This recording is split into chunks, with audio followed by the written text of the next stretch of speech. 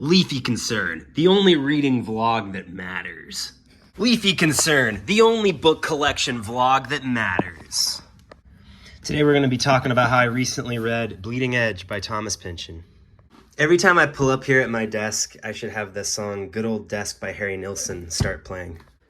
So I thought I'd read Bleeding Edge. Something overtook me, and I decided to read Bleeding Edge. Amelia has this hardcover. We got the nice thing that it has to its silver, where it's that iridescence. It's kind of got this changing color to it. On the cover here, we have a silicon alley of a sort. It's like these are servers, and this is like the hallway between them. One of the first thoughts I had about the cover of this book was that I didn't like it. When it first came out, I thought, what an anticlimactic cover. It's kind of nothing. But the effect in the silver and the resonance of like the noir city alley to the server, hash slingers, servers, interpretation of this image is cool, and I like it, and I like the reserve of the cover. I ended up thinking of the cover as like pretty nicely reserved, and on the back there is of course nothing. I like these little sequences of numbers where you can see, oh, this came out September 2013, 0913, almost 12 years ago. Who did this cover? Evan Gaffney. Wow, that must have been a fun assignment. Or maybe Evan Gaffney is a person who hates Thomas Pynchon, and then this was like not fun for him. Or it was more fun because there was less pressure.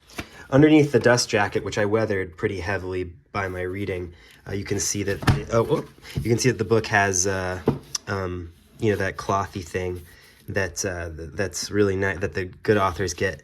And then also you've got like the silver bleeding edge thing, like kind of like a dog tag, strangely enough.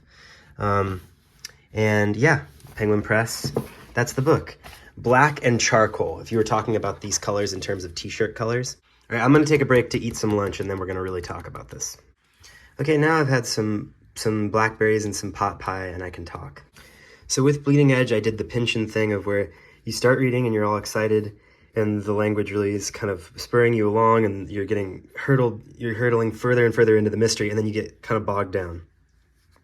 Right kind of toward the end, where you're like, oh, wait, I doubt that there's going to be like a resolution. I never needed there to be a resolution, but it's just kind of instinctually, like my instinct is making me slow down and be like, okay, well, I've read this book kind of energy, and you don't really finish it. So that kind of happened to me with Bleeding Edge. It happened to a friend of mine recently with Vineland. I really enjoyed the hardcover. All the time I was reading the hardcover, I was thinking, wow, it's a sumptuous hardcover. I kept on thinking of the term sumptuous. It's tough to coordinate band practices. I mean, some might say it's impossible. I mean, everyone's an adult, and everyone doesn't have all the time in the world. People have lives, So I started writing down notes on this title page. A decent amount of the way into the book. We got wine cellar. Oh yeah, that's great. I just wrote down some mentions of some things that are very Bleeding Edge core. IKEA, Quaaludes, poutine, and 9/11. Westlake is a mystery writer, I think, so this is a cool epigraph. It's a really bottomless mystery here. It's an existential mystery. What's virtual and what's not. Where is this all going?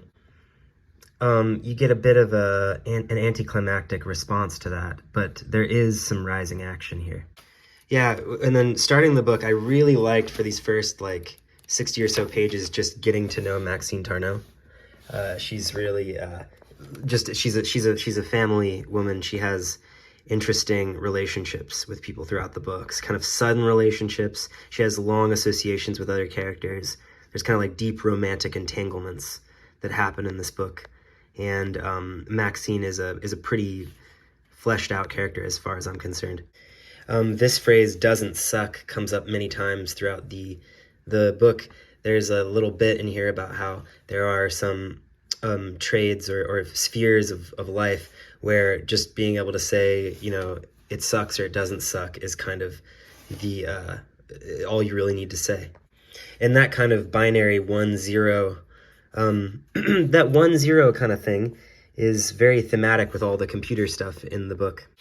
Was basically pretty impressed with Pynchon's ability at 70, he was 70 when this was published, to basically sound at least like somebody in 2013 who had kind of like some perspective on turn of the millennium technology, you know, and pop culture. Like when I was reading bits of it to other people, they were like, wow, it's kind of shocking that he sounds this kind of fresh and not like not out of the loop as someone who was writing this book in his 60s.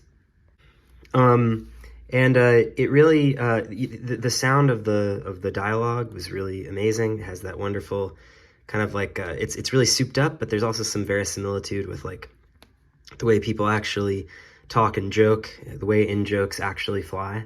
Of course, it's all a little bit more protracted and, as I say, kind of souped up for a novel setting.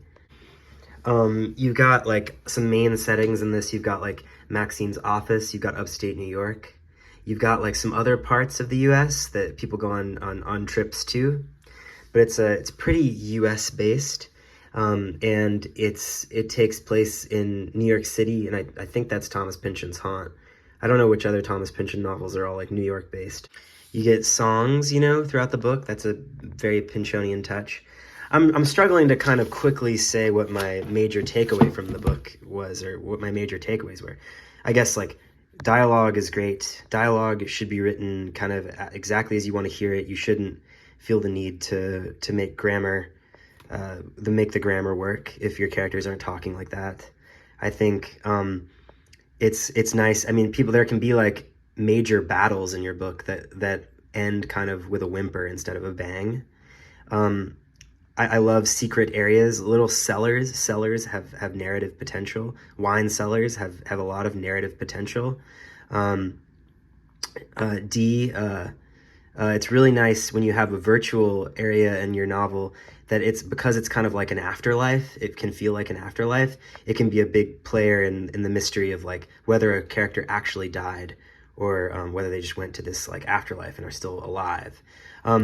All of those questions about whether someone actually died, like all of those kind of conspiracy theory adjacent kinds of things are all through Bleeding Edge.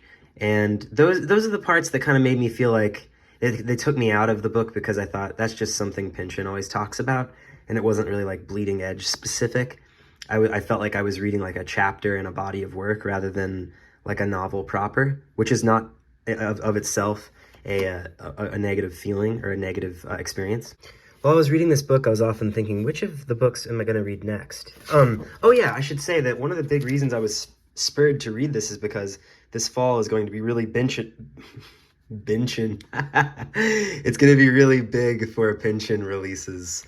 It's going to be the new book, Shadow Ticket, and then there's going to be that like Paul Thomas Anderson movie that's based loosely on Vineland, right? And my friend had also recently read Vineland, so I was like, I've got to read Vineland. But I was thinking, like, which ones would I read next, you know? And my first thought was, oh, I want to go to V, like, go back from the most recently published to the first published.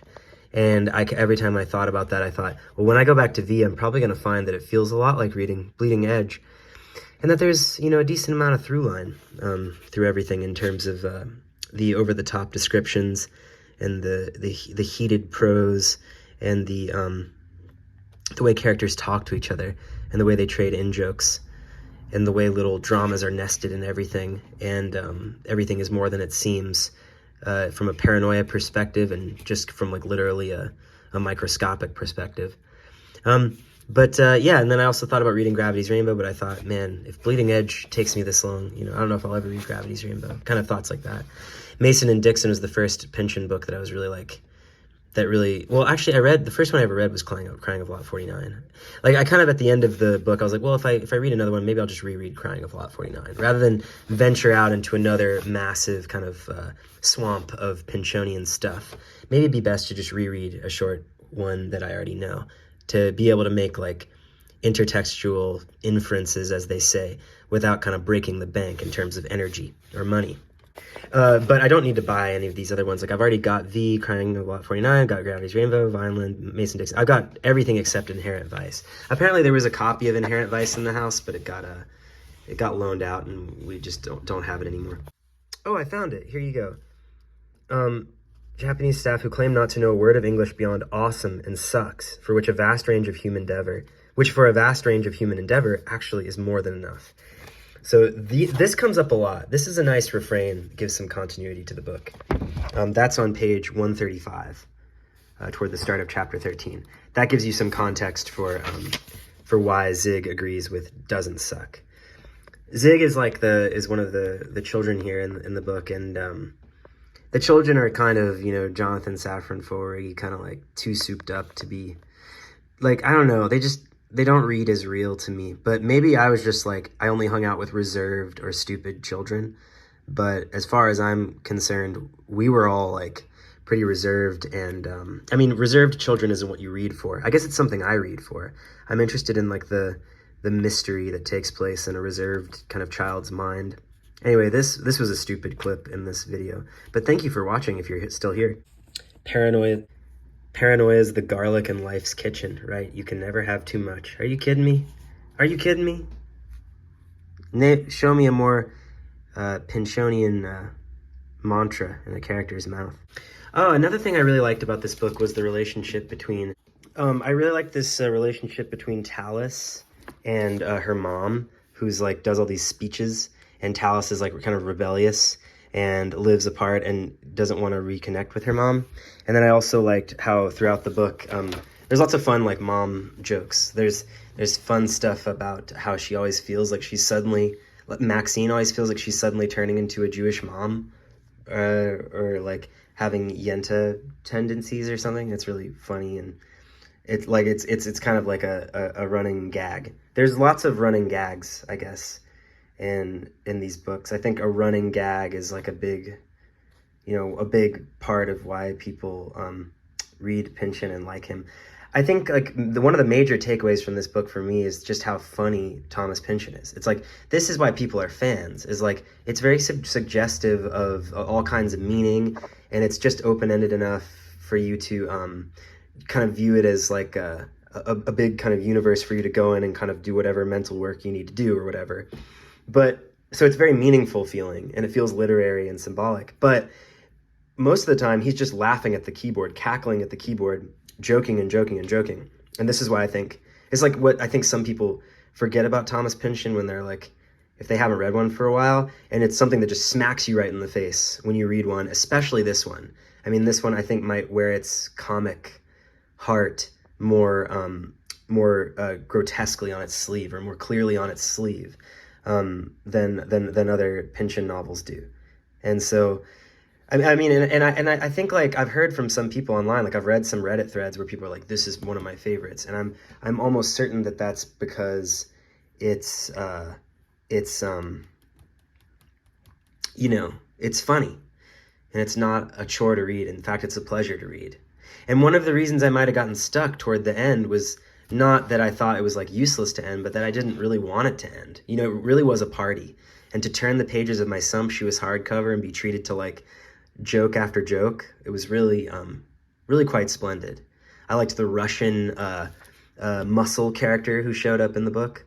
I think the parts where it was like she's in the virtual world and it's like, is it real or not? That wasn't as interesting to me. I kind of just like wanted it to be fake but strange in imaginative ways. And it is fake and strange in imaginative ways. I'm not really like so interested in like, wow, everything's becoming computer, everything's computer kind of deal. But it's still interesting. It's still good. But those were parts where I felt like I was taken out of it a little bit, or that I felt like the book kind of dated itself. Although I guess other people could probably read this book and say that it's somewhat prophetic or something. I could see you making either judgment. The bottom line is, if you've watched this far, is that it's a very fun book, and that if you're looking for a Thomas Pynchon to just kind of like read and laugh along with, that also has good kind of mystery elements and a great scene in a trapdoor got into through a wine cellar, then you're gonna enjoy this book, And as he was laughing at the typewriter while writing it, you're going to be laughing at the book while reading it. And so that's like a little bit about my first experience reading Bleeding Edge.